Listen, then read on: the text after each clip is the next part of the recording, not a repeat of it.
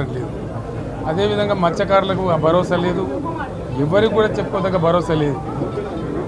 ఇందులో విశేషం హైలైట్ ఏంటంటే ఆర్థిక మంత్రి ప్రతి మాటను ఒత్తి ఆ డబ్బు వచ్చినప్పుడు అదేందుకు మహాప్రపంచ విజయంలాగా ఒత్తి చెప్పడం తప్ప కొత్తది ఏమీ లేదు.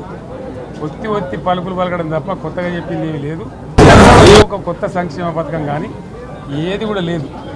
మహిళల పట్ల కూడా చాలా స్పష్టంగా చెప్పాల్సిన అవసరం ఉండే, కానీ వాళ్ళు మేము 1,00,000 కోట్లు ఇస్తాం అన్ని రుణాలు, ఆ రుణాలు వీలేదో ఇస్తున్నట్టుగా ఆల్రెడీ ఉన్న స్కీమే, నథింగ్ న్యూ అబౌట్ ఇట్, ఏమి లేదు.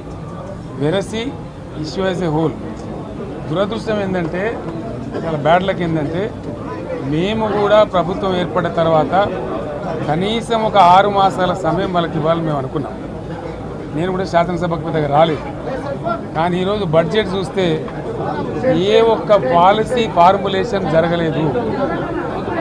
రాష్ట్రానికి సంబంధించినటువంటి ఏ ఒక్క విషయంలో కూడా ఈ అర్బక ప్రభుత్వం ఇప్పటి వరకు పాలసీ ఫార్ములేషనే చేసినట్టుగా కనపడతలేదు.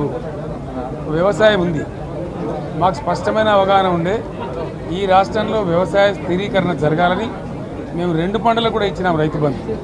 వీళ్ళు ఎగ్గొడతామని చెప్తా ఉన్నారు. మేమేదో రైతులకు ఇచ్చిన డబ్బును దాన్ని పాడు చేసినాము, చెడగొట్టినాము, దుర్వినియోగం చేసామన్న పద్ధతిలో దురదృష్టకరమైన వ్యాఖ్యలు చేస్తూ ఉన్నారు. అంటే ఇది పూర్తిగా రైతు శత్రు ప్రభుత్వం అనేది తెలుస్తూ ఉంది.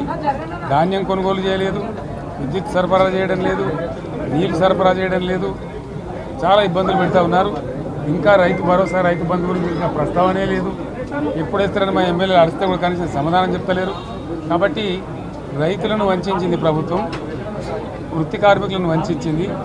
ఒక్క పాలసీ, ఇండస్ట్రియల్ పాలసీ ఏమి లేదు. వాటి గ్యాస్ ట్రాష్ పంచరంగం ఈస్మాన్ కలర్ లాగా చెప్పడం తప్ప, స్టోరీ టెల్లింగ్ లాగా ఉన్నది తప్ప బడ్జెట్ చెప్పినట్టు లేదు.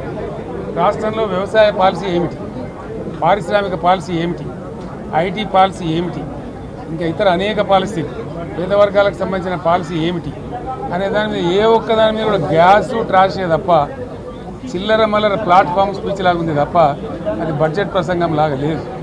రాజకీయ సభలలో చెప్పినట్టు ఉంది తప్ప ఏ ఒక్క పాలసీని కూడా నిర్దిష్టంగా ఈ పనిని మేము ఎట్లా సాధిస్తాం, మా గోల్స్ ఇవి, మా టార్గెట్స్ ఇవి అనే పద్ధతి కానీ పద్దు కానీ లేదు. ఇది పేదల బడ్జెట్ కాదు, రైతుల బడ్జెట్ కాదు, యువల బడ్జెట్. విశ్లేషణలో మీకు తెలుస్తుంది. భవిష్యత్తులో బ్రహ్మాండంగా మేము దీన్నంతా కూడా చీల్చి చెండాడబోతాం. Thank you.